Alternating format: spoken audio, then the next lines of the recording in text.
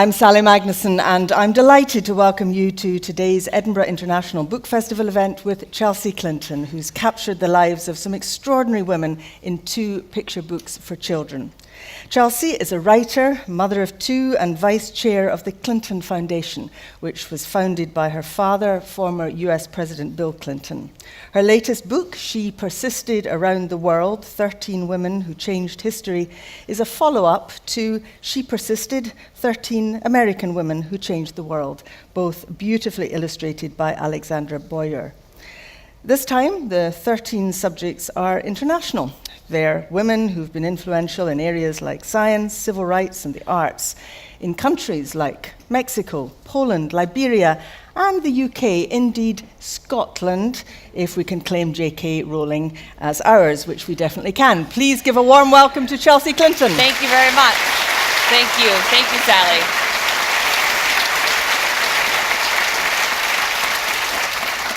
Have you had a chance for a pilgrimage to the Elephant House, the cafe where J.K. Rowling did her writing of Harry Potter? I did walk by in the rain.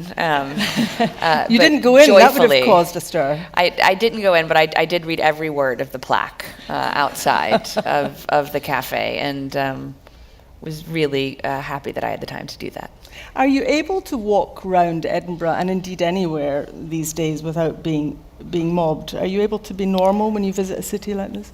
It varies. I have to say, a blessing of the rain is that everyone has umbrellas and kind of their heads down, kind of covered by their hoods to avoid getting drenched, which means they're not really looking at the people passing by. And so I had the chance to go kind of for a walk with a very dear friend who lives here shortly after I arrived a couple days ago, and then to go for a good run yesterday after we finished here at the book festival. And it was nice kind of to be largely left alone, although I will say most people are really kind and generous, and in general they want to stop and talk to me about my mom, and I'm always happy to talk about my mom. Excellent. Well, you won't escape in the next hour either. But do tell me about this book. There's 2 books, but particularly the latest one, which is the International Women Figures. Why did you decide to do this for children, and how did you search these women out? Well, the second book kind of very much came about because thankfully the first book resonated, and so I had the chance to write a companion book. And I think we need kind of more stories centered on women and told by women about the remarkable women who really have so often been at the forefront of progress, whether kind of in civil rights or human rights, or kind of in the arts, in letters and athletics and so much more. And so I just was incredibly grateful to have the chance to share 13 more stories of extraordinary women who kind of lived and worked in different eras and areas, and yet were unified kind of by the necessity of persisting to be able to do kind of great and good things.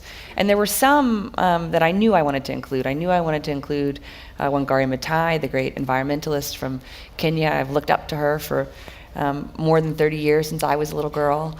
I knew I wanted to include J.K. Rowling, and yet I also knew there were so many more stories of women that I probably hadn't learned about in school or in life. And so I asked friends around the world, colleagues around the world, to send suggestions, and I got more than 200 suggestions, which was a real gift to kind of learn about so many women I'd never even heard about before.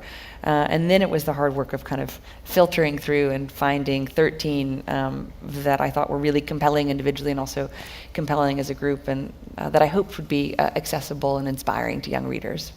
Well, we'll look at 1 or 2 of the individual women in a moment when you get a chance to read from the book. But why is persistence the value you particularly wanted to celebrate? I think persistence is hugely important in life, to us being able to be the people that we most want to be in our personal lives, and also kind of in our professional or even our public lives. The women in both books often encountered obstacles that I couldn't even imagine.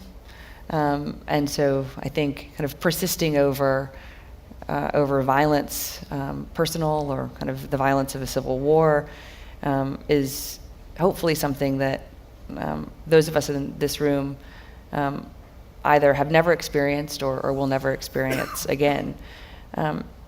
And so there's, I think, that type of persistence, kind of courage and bravery, certainly. And then I think there's the persistence of just the doggedness and kind of the individual resilience that we have to have to keep going when we all encounter obstacles in life.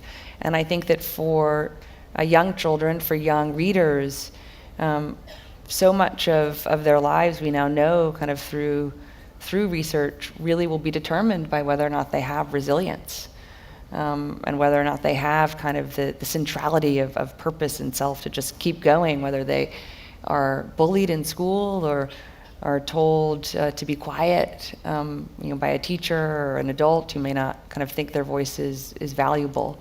And I just want to be part of saying, no, we all can and should persist. Your voice is valuable. You do have value. You look at what these women have done. I hope that you never encounter this, but you'll encounter some sort of obstacle. And if they overcame it, you can too. And it's interesting that what you're saying there is that persistence is about doggedness. It's not necessarily about success through persistence. I mean, these are women who got there in the end and who have been successful, but persistence is something that doesn't always lead to success. And I suppose I'm also thinking of your mother there and her dogged persistence, towards the American presidency, which ultimately she wasn't able to succeed in. And yet her persistence up to that point did lead to extraordinary success. And I would argue her campaign was still kind of worth waging, and I'm incredibly proud to have been part of supporting her. And I think there's a difference between kind of public success and personal success, and knowing that kind of we each have done our best in any situation. And I think without persistence, we never kind of can reach that place of awareness and understanding. And yet, of course, we also hope that our persistence does lead to the success that we are aiming for, whether in kind of our own lives or kind of more broadly. And so, I take incredible kind of inspiration from the fact that we have an unprecedented number of women running for office in the United States. We still do have more men running for office, so we're not at parity. But we thankfully do have extraordinary numbers of women running for office, and overwhelmingly they cite kind of their inspiration as being kind of both my mother and her kind of persistence in standing up for what she believes and what she knows is right, including after the 2016 election, and also their kind of fundamental outrage at what has happened in our country since the 2016 election, and their kind of need to translate their opposition to so much of what President Trump and his administration is doing, kind of their belief that they know that kind of things can be different and better into the public arena. And I think they partly understand that translation because of my mother's transition from being kind of an advocate in kind of unelected offices to then kind of moving and being elected in the Senate and being Secretary of State. So I think sometimes kind of individual persistence may not kind of lead to the success of one person, and yet can hopefully lead to the success of so many others through example. I certainly believe that through sharing these stories. And whether or not young readers decide to be this type of scientist or that type of artist, I hope that the stories of persistence inspire them to discover kind of who and what they want to be, and then kind of have the kind of the resolve to just continue to push forward, because we all will be better for more children pursuing their dreams. And is there indeed a lesson in how you pick yourself up? And you see it actually in all these women that you've chosen, because it was a hard road for all of them, and at each stage they were knocked back and had to pick themselves up in order to go forward. It's not smooth stuff here. No. Well, I think almost by definition, kind of to persist is the need to discover how to kind of go up or around or under or through, different challenges in life, but to keep kind of moving forward with whatever kind of adaptations we have to make along the way. And my grandmother, who I dedicate this book to, my mother's mother, who was a huge part of my life, who passed away now almost 7 years ago, and she's someone I miss every single day. And I talk to my children about their great-grandmother because I think she was just so extraordinary. And she certainly had to persist throughout her life. And she had this kind of phrase that became kind of almost our family mantra, that life is not about what happens to you, it's about what you do with what happens to you. And I think kind of that mentality is kind of part and parcel with persistence. How is, and tell me to get lost if this is too personal, but how is your mum managing to pick herself up now? And what are you able to learn from how she's dealing with this, tremendously difficult knockback she's had in life? Well, everything that she cared about on November 7th and November 8th, the day before and the day of the election in 2016, she still cared about on November 9th. Right? That didn't shift. Right? She still cared about supporting children and families, women. And so since then, she has done a tremendous amount of work to support women and young people, and particularly kind of young people of color, young women of color, to run for office, to hopefully really learn from her experiences of kind of how to be resilient, and also how to kind of think about what it means to kind of run for something and hopefully kind of win and achieve the public trust, and then kind of how do you respect that and respond to that kind of with purpose and impact. She continues to work on helping support early childhood education efforts to help more families have access to kind of more things that we would hope every young family would have, whether that's diapers or books for children.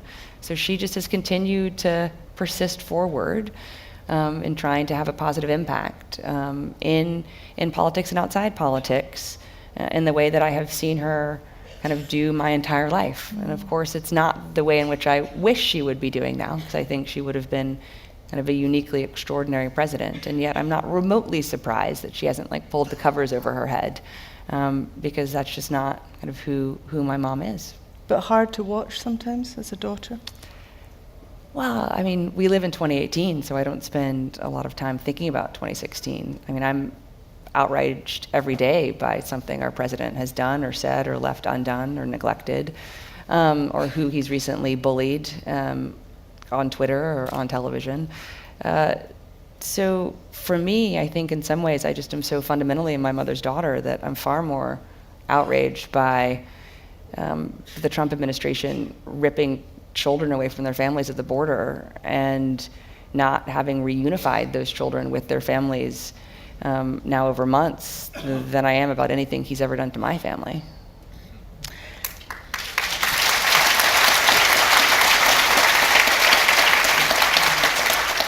Let's hear a couple of stories, Sure. if you would, from the book. She persisted around the world. There are 13 women here who changed history. So I'll read the introduction and then I'll read a couple of them. It's not always easy being a girl, anywhere in the world. It's especially challenging in some places. There are countries where it's hard for girls to go to school and where women need their husband's permission to get a passport or even to leave the house. And all over the world, girls are more likely to be told to be quiet, to sit down, to have smaller dreams. Don't listen to these voices. These 13 women from across the world didn't. They persisted. At the time Sor Juana Inés de la Cruz was growing up in Mexico, most girls did not go to school. After reading and studying on her own, Juana Inés asked her family if she could disguise herself as a boy so she could go to university. They said no. She persisted, finding tutors who didn't mind teaching a girl, and then became a nun in part so that she could focus on her studies and her writing. Sor Juana Inés's poems and plays are still celebrated today, and her Respuesta a Sor Filotea de la Cruz was the first published argument for a woman's right to education in the Americas. I don't study to know more, but to ignore less. When Kate Shepherd began traveling throughout New Zealand, saying that women deserved voting rights, many men believed that women should avoid meddling in masculine concerns. When Kate first tried to get Parliament to give women the right to vote, they didn't listen, even though she brought them many petitions that thousands of women had signed. Still, she persisted, and in 1893, New Zealand became the first country to grant all women, including Indigenous Maori women, the right to vote. We are tired of having a sphere doled out to us, and of being told that anything outside that sphere is unwomanly. We must be ourselves at all risks. It's interesting, that's just a couple of them. What you can't see is the wonderful illustrations all the way through this book. And I was just thinking, Chelsea, as I was going through, how refreshing it is to see girls in cartoons who are not just there because they're the cuddly little mate of the male protagonist. It's quite unusual, isn't it? It is quite unusual. I mean, still today, the majority of children's content, whether in picture books or in televised cartoons or elsewhere, are centered around boys. And that then means that most girls in those stories, in books or on television or kind of streaming, are defined through their relationships to the male characters. So they're someone's sister or someone's daughter. They're someone's friend. They're not the hero of the story.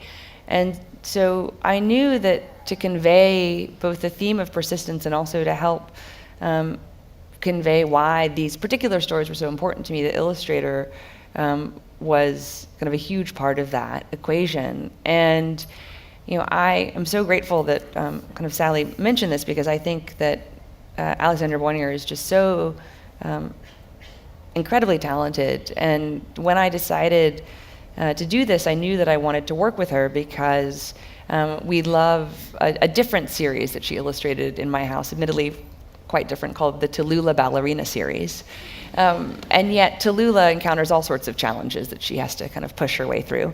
And I thought that Alexandra had kind of the right mix of earnestness and also kind of accessibility, and almost kind of somehow making it seem both kind of serious and whimsical, that I hope to be able to have in these books. And she thankfully had the time, and as she herself has publicly said, she's an immigrant to the United States, and very much felt like in this moment she wanted to be kind of working on projects like this. And I'm just so thankful that our partnership has, I think, produced something kind of even beyond my hopes, and that I discovered a new friend in the process too. And it really is great to see all these girls. We have a children's comic in Scotland called the Beano, and when I was growing up, I was just always so thrilled they had Minnie the Minx in there, and to discover that it affirmed that girls could be naughty as well. It's important too for little boys to be reading this too, and to be seeing strong women. It is. I think it's incredibly important, always, and yet particularly now, that boys are told, shared stories of strong women, so that boys grow up just expecting that girls are going to do everything that they might do. That boys grow up believing, not in a perfunctory sense, but in a kind of profound, deep sense, that kind of their sisters and their girl classmates' dreams are just as valid as theirs.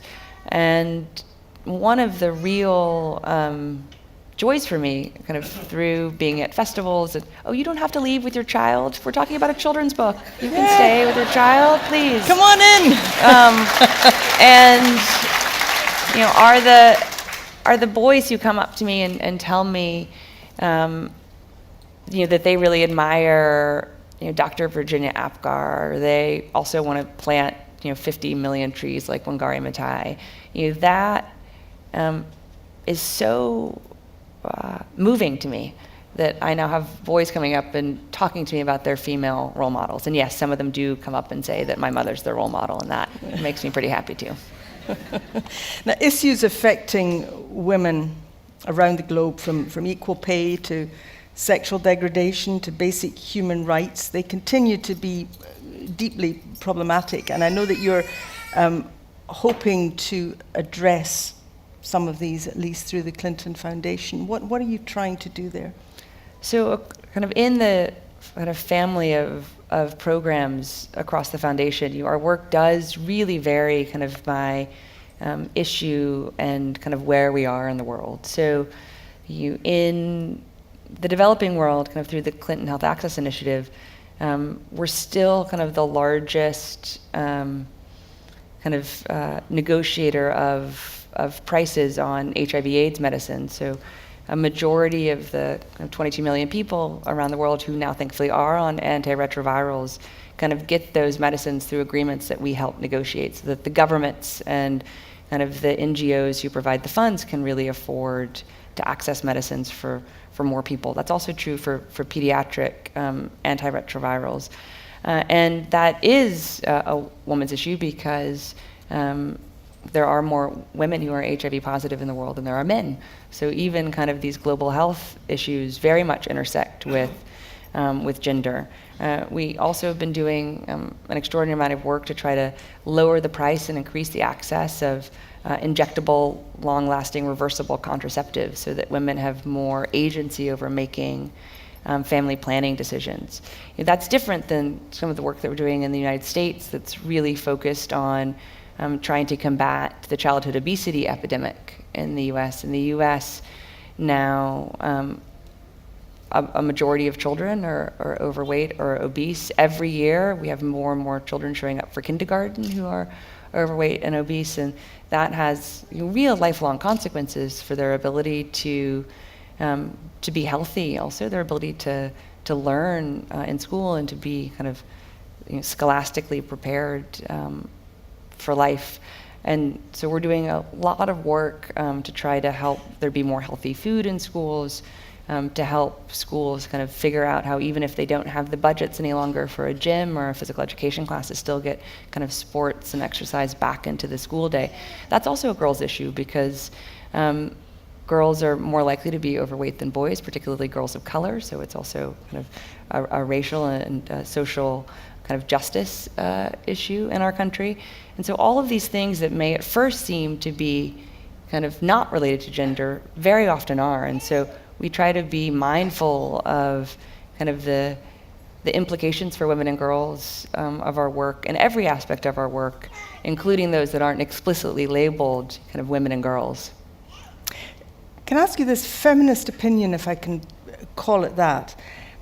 It tends to be divided today between those who feel that women should be seizing the Me Too movement, the moment in history that is coalescing around, and get on with tearing down the patriarchy. And those, on the other hand, who maybe worry about alienating others and bringing down the social media trolls on themselves. I wonder where you stand and where you feel is the way ahead right now for women asserting their rights. Well, I would hope that every woman kind of feels comfortable and confident to engage in this moment, or in every moment, in whatever way feels right to us. I mean, I certainly wouldn't kind of sit here and say, like, this is what people should do, because I think so much of this moment is trying to encourage people to discover what that should is for each of us individually. I also think, though, it is important that we recognize that there are certain things that we have to wrangle with and try to change legally, and kind of that means different things around the world. I mean, there are still a not insignificant number of countries where women are excluded legally from holding certain jobs, or where women, you can't have bank accounts or credit cards in their own names. That's a different type of barrier than the kind of social and normative barriers that kind of, I think, so often we still confront in the United States. And so I think it's hugely important that we recognize that kind of getting to kind of full equality, kind of full rights, kind of equal participation for women and girls means different things in different places around the world. But I would hope that anyone who believes, because ultimately that is what feminism is about. Ultimately, feminism is about believing that kind of women and girls deserve to be equal to men and boys, engages in this moment in whatever way feels kind of authentic and right to us. And also, though, with the humility to recognize that what may feel right to us individually may not feel right to the person next to us, and also may very much kind of not be the right answer for someone living in a different community or country than where we live. But as soon as many women step out, they do have the whole weight of social media on top of them, and that's hard. Yeah. Sally, have you visited my Twitter feed? Because I have sorts of...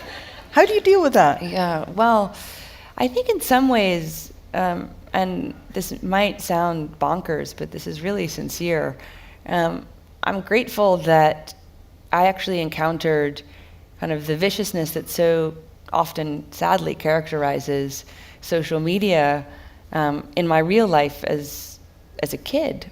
So when my dad ran for president in 1992, I was 12 years old, and my appearance was made fun of. Although I always feel like that's not quite an accurate characterization, because I don't really think you can make fun of a kid's appearance. I think you're bullying a child. Do you know, I watched that at the time, yeah. and I thought, she's 12 years old. What is that going to do to her? So, what did it do to you? Well, so I think, thankfully, again, as bizarre as that may sound, to be grateful for this, it just was crazy that there were these adults, whether on kind of Saturday Night Live or conservative kind of radio or talk show, that were saying, my parents, if my dad won or after he won, we're going to move into the White House with a cat. We had a cat at the time named Socks, and the family dog, which is how they would refer to me as a child. And they would talk about how ugly and unattractive I was. And I mean, I won't say that it wasn't unaffecting, because it definitely would hurt at some moments, but my overwhelming reaction was like, why are these older, generally white men like picking on a kid? Like, that's ludicrous. Like, what is wrong with them? Like, I'm 12 and I know that's not right. Like, why didn't they know that at 12, much less like 30 or 40, 50, however old they were? And so the reason I share that is because I then realized, like, that's not about me, right? That's about something that is fundamentally awry with them as people, because it's never okay to pick on a child. I mean, I get very heated. I feel incredibly protective of Barron Trump, who's now 12 years old, the same age that I was. I mean, I disagree with his father on everything. But people have made fun of, or again, bullied him for his appearance, or for him kind of being more kind of private than kind of in the public domain. And I equally have no patience for that, because he's a child and he deserves a childhood, as every child does, everywhere in the world, and yet clearly so few do. So I think for me with social media, when people say some variation to me now at 38 that they were saying to me when I was 12, I just think, like, A, you're not very original, B, like, why are you spending your time on this? Like, C, it's not advancing whatever argument you're trying to advance. You're just revealing yourselves to be kind of superficial at best. So I hope that more women, but also people who engage in the public sphere, and increasingly the public sphere is at least somewhat inclusive of social media, just always stay focused on kind of why they have stepped up or put their neck out. Like, what was important enough to make that decision in the first place? And to keep returning to that, and to take kind of serious criticism from serious people about your ideas or your ideals seriously, and to respond to that seriously, and to just discard the people who kind of say awful, wretched things about you and feel badly that they didn't learn kind of the lessons of kindness and decency at a young age, and hope maybe there's still time left for them to do so. Why do you think that so often when women put themselves forward and speak out, they are considered shrill and unattractive? Well, there's been, at least in the United States, and I'm sorry that I don't know kind of what the analogous research is here in Scotland, but in the United States, there's been a lot of research showing that these are just tropes that have really existed kind of for hundreds of years, that in kind of early media in the 18th century, the 19th century, this is often how women were talked about. It's how the suffragettes were very often talked about in the United States. And so I think it's kind of easy in some ways to kind of just have a reaction back to what kind of the historical framing has always been, as a way to kind of attempt to diminish our voices, attempt to not have to deal with what we're talking about.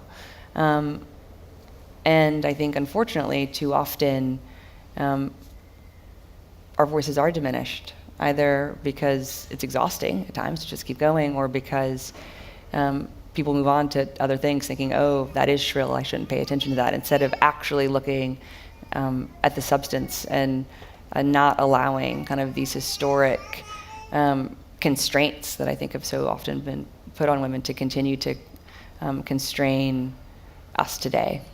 There's a lot of hate around us now, a sense that empathy is withering as people retreat to their opinion silos and toss insults at each other, a sense that maybe that graciousness and liberality and tolerance are actually dying. Do you agree?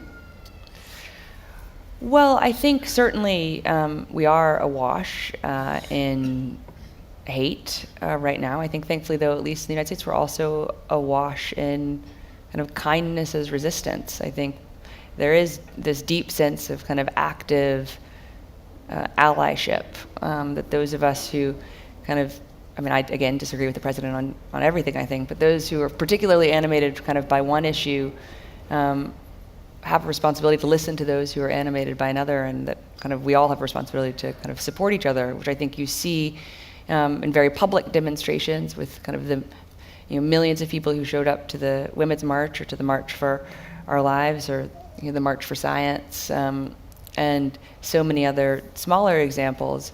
I think somewhere between 20 and 25% of all American adults have gone to a protest in the last year and a half. That is pretty extraordinary.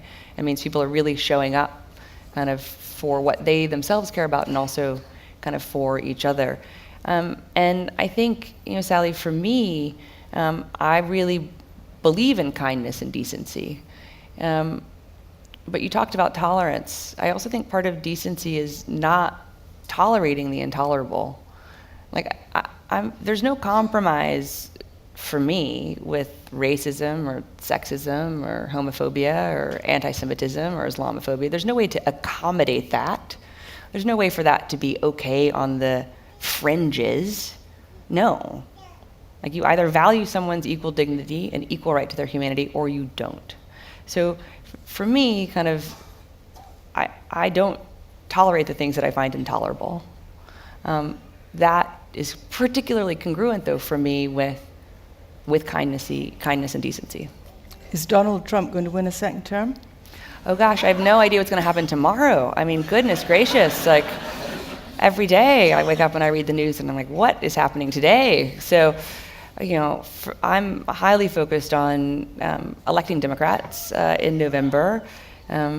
kind of up and down the ballot, because I think that's not only our best chance to try to stop kind of more horrible things from happening, it's also our best chance to try to help good things to happen. You're listening to Sunday Morning with me, Sally Magnusson, here at the Edinburgh International Book Festival with Chelsea Clinton. That was just a wee thing for the radio. Do you want to read us another little bit from your book? Sure. I'll read 2 more, I guess. And I'll read Wangari because I have looked up to her for more than 30 years. As the first woman in East and Central Africa to earn a doctorate degree and become a professor at the University of Nairobi, Wangari Maathai made 2 of her dreams come true. Still, she wanted to do more. Horrified by how many trees had been cut down across Kenya, Wangari started to plant trees. She persisted in getting family, friends, students, and even strangers to help plant more trees and to respect the environment. She also worked hard to protect and defend the rights of everyone in Kenya. She was the first African woman awarded the Nobel Peace Prize. Her legacy includes the more than 50 million trees her Green Belt movement has planted. I don't really know why I care so much. I just have something inside me that tells me that there is a problem, and I have got to do something about it. As a little girl in the United Kingdom, Joanne Rowling knew she wanted to be a writer. After university, she spent years creating the Harry Potter world, while also working full-time. Even though many publishers rejected her first book, she persisted. The publisher she finally found worried that boy readers might not want to read a book featuring a boy wizard written by a woman, and asked Joanne to publish as J.K. It sounded less female. Today, the Harry Potter series is the best-selling book series in history, with more than 400 million books in print in 80 languages, and its author is famous as the woman who brought more magic into the world. We do not need magic to transform our world. We carry all the power we need inside ourselves already.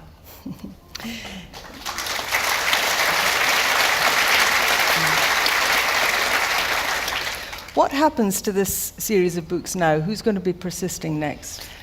Well, I certainly hope that I have the chance to write more of these. I also am going to shamelessly exploit this opportunity to talk about something that I'm trying to get my publisher to do, that I've not been successful yet, but hopefully everyone listening today may be able to kind of support my efforts in convincing Penguin Random House, which is a global publishing house and has imprints really around the world, to effectively just give this idea to women writers in countries around the world, because I would love for there to be, a She Persisted just centered on Scottish women, or just centered on Mexican women, or on Kenyan women. I have not succeeded in doing that, but I'm going to keep persisting. Well, the Edinburgh Book Festival is a good place to promote this. So you saying that if, say, a Scottish author wanted to approach Random House and say, we'd like to carry on this series and do one on Scots, they would have my 100,000% support. Just saying. There you are. Now, I'm going to go to the audience shortly for their questions. I'm sure there's lots, but there is one that you've been asked since you were about 12, which I hope you'll forgive me if I become the millionth person to ask. No, it's okay. Would you ever consider running for the presidency? So Sally, I've been asked that question even since before I was 12. And I actually think that was a real gift. I think it's a gift to give children high expectations. I think it's a gift also to teach children active citizenship, that we're not just citizens on election day, we're citizens every day in how we treat each other, and if kind of we think something is wrong or could be better, like one of the ways that we could try to tackle that is by running for public office. For me, the answer is no, but I'd like to explain why, in case that's helpful to people in the audience or listening, because I think it's relevant kind of anywhere if this framing makes sense to you. I think to run for public office, you have to have a vision of what you would do in that job. Not just a vision kind of for your community or your country, but a vision for what you would do in that job that you're running for, because different offices have different possibilities and limitations. I think, too, you have to have a clear sense that you have the right mix of competencies, experiences, personality, to at least have a chance of making progress toward that vision. And then third, I think you have to believe you just would be better than the person holding the job today, or kind of better than the other people running. And so for me, I live in New York City, which is a very liberal, progressive place.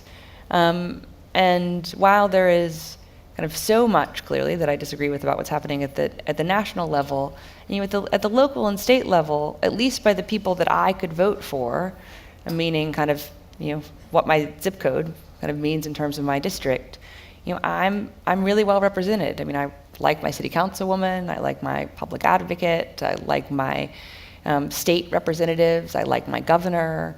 Our attorney general had to step down. I like a lot of people that are running to replace him.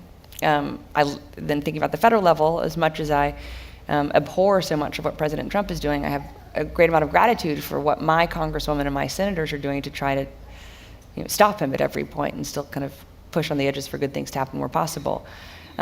So while I disagree with the president, other offices that I could run for, I think my family and the view that I have of what I hope for the future for my children and all our children is being really well represented.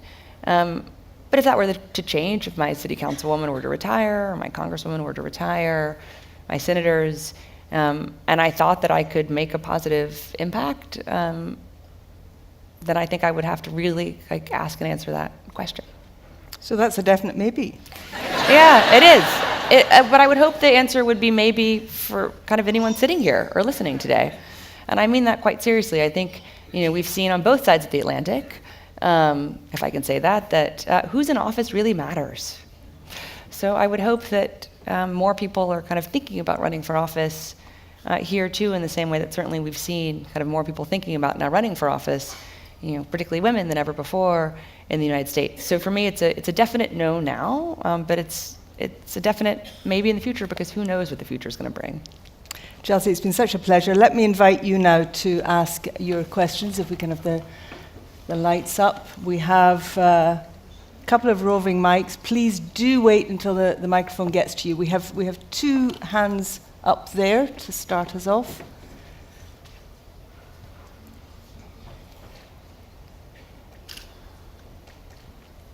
And I think maybe, sir, when you've asked your question, if you want to pass the microphone behind you, and we'll get the lady behind next. Thank you. Certainly.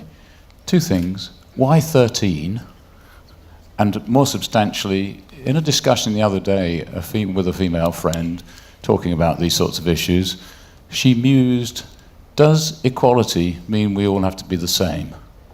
Could you comment? Oh, I think. Yes, no, sorry. Oh, sorry. Answer that sorry. question I thought first. I was waiting for. Forgive the awkward pause. So 13, because I don't know if this is true in Scotland, but in the United States, children's books have a standard length. I didn't realize this until I decided to write the first one, and was told by my editor that I could either have an opening spread to help frame the book in 13 women, or I could have 14 women, because I had a finite number of pages, and I thought, oh, that can't be true. And then I went to my children's shelves and I kind of rifled through all their books and realized they are of the same length. Books in this format, kind of picture books, are all the same length. So that's why I had to choose 13, because I thought it was important to have an opening spread where I explained kind of the purpose and the ethos of this book. The meaning of equality. And the meaning of equality. I think equality means we each have kind of the equal chance to be whoever we want to be. I think the world would be incredibly boring if we were all the same. Thank you. Next question. Thank you. Thank you so much for your inspiring talk. I'm from the Netherlands. I'm a writer. And I was listening to you and I was thinking how fantastic it would have been for me to have something like this when I grew up. There was a joke in my family that the man said that the only invention women ever made was the tea bag. And for a long time I believed that the only thing women ever invented was the tea bag. So I had a question for you, and it was, has this book been translated, and in which countries? And now my other question is, as a published author for the Netherlands, from the Netherlands, if I approach my publisher and say, I want to do this. Yes. Yes. So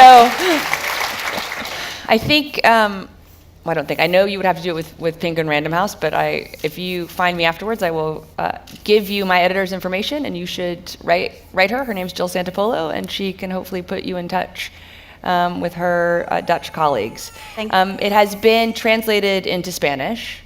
Both books have been translated into Spanish. I am hopeful, though, that it will be translated into more languages. So we'll see. I hope so. I think Random House is beginning to feel got at today. I mean, I hope so. No, I'm shameless. I do this whenever I can. There's a question up at the back. Oh, we'll take you first. Thank you, madam. And there's one right up at the back next. Hi.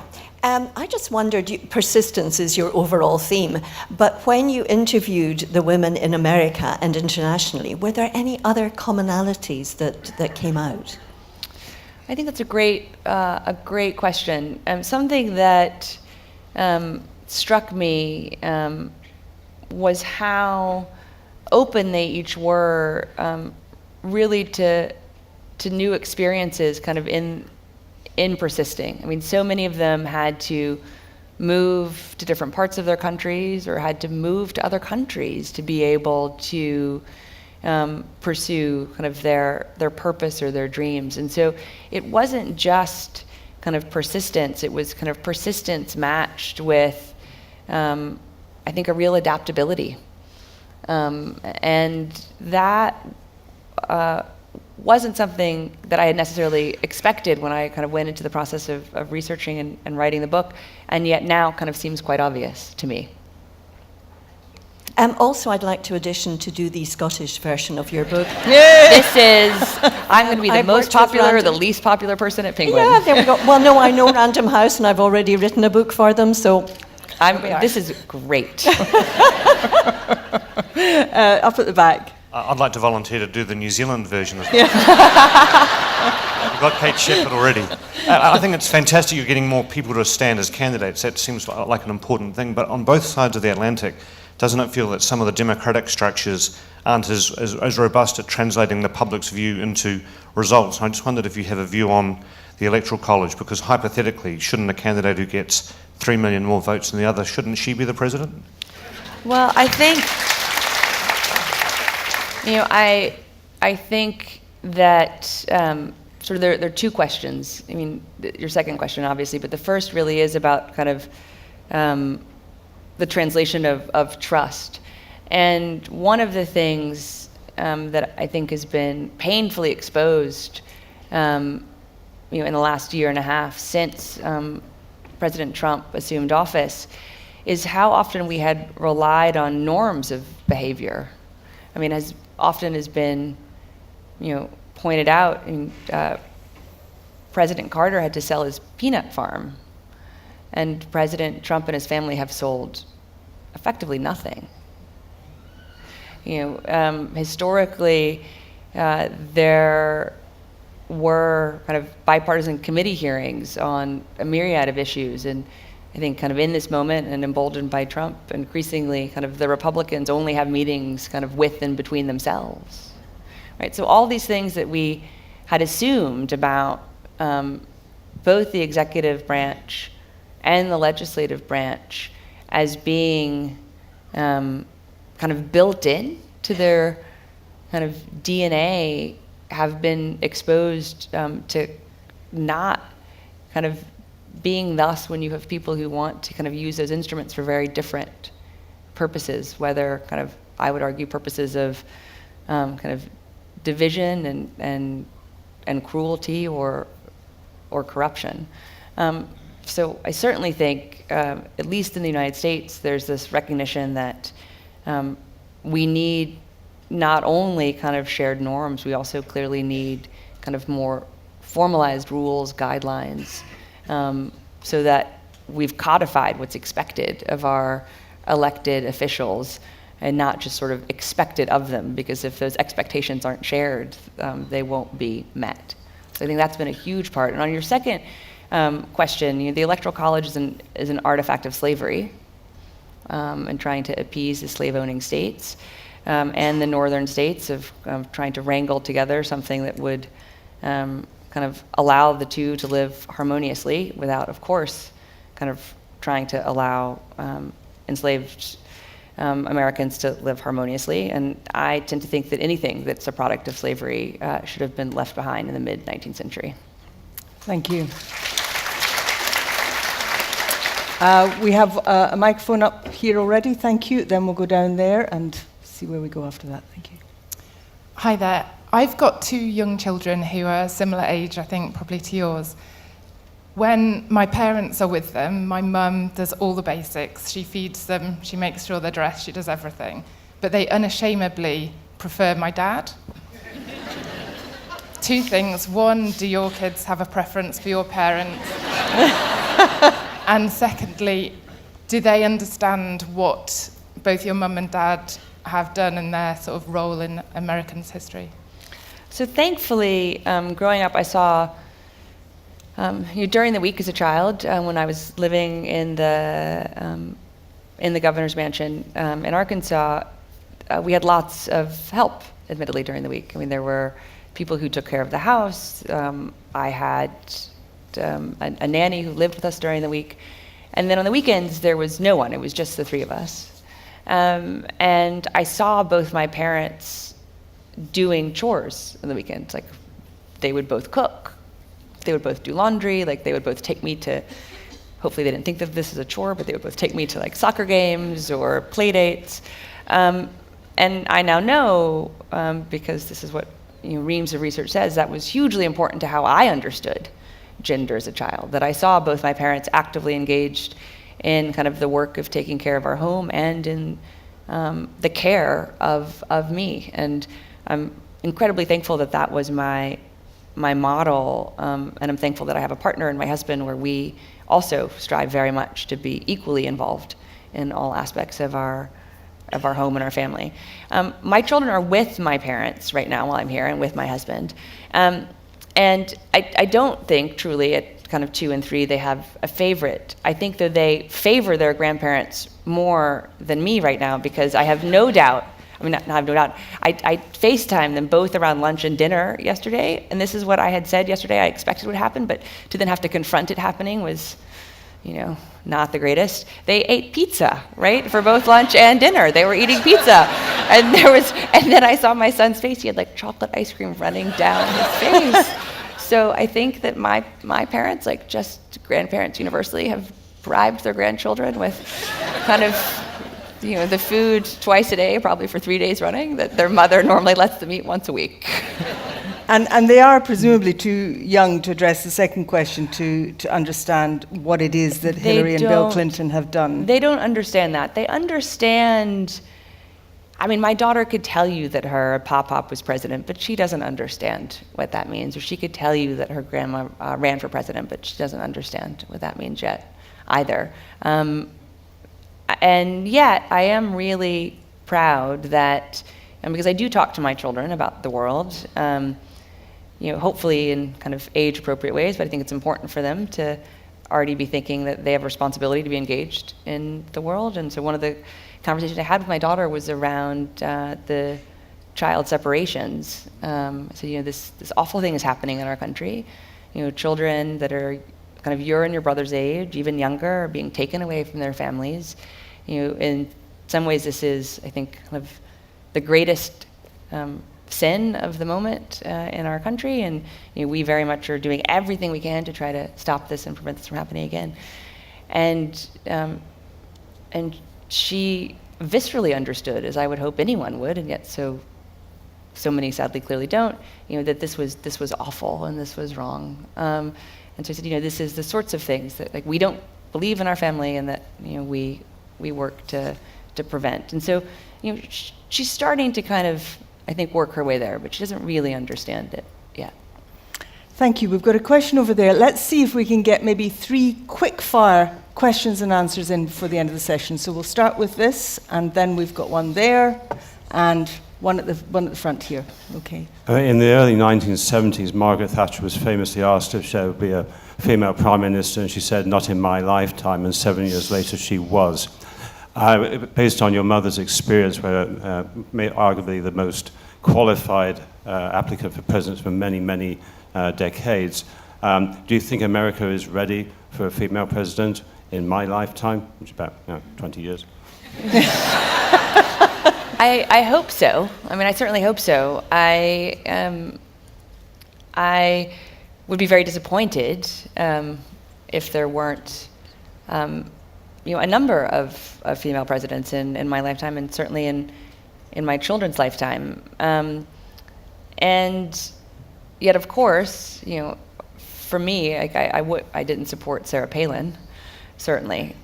So I think, thankfully, we have a number of incredibly exciting, vibrant, smart, good, decent women in the Democratic Party that I hope will be successful, and I certainly hope that one, if not more of them, will be president in my lifetime. Okay. Hi, Chelsea, thank you so much.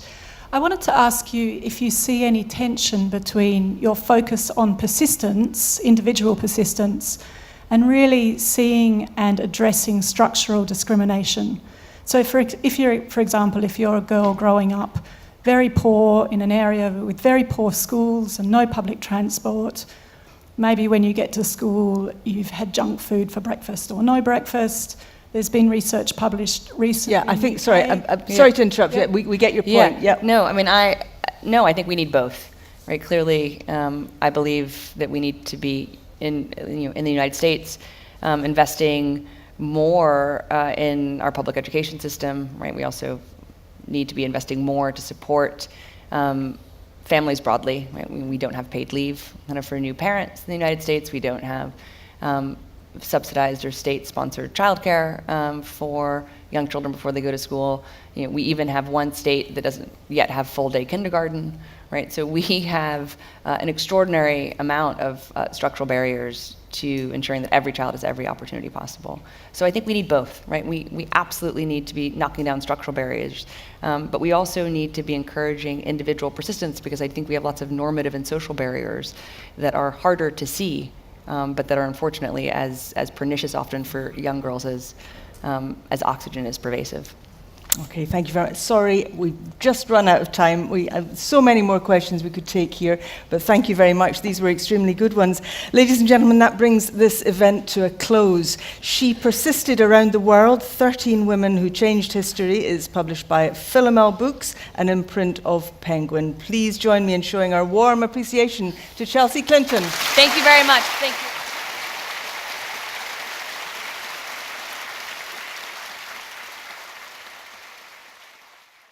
As a younger, teenager, as a younger listener, I guess, seeing books like this come in, I would have wished to have stuff like this in my childhood. There were those already in existence. There were a few like Girls Can Do It Too and stuff, but beautifully illustrated picture books talking about inspiring women, really inspiring, creative, powerful, and I'm very happy that younger girls these days can have things like this.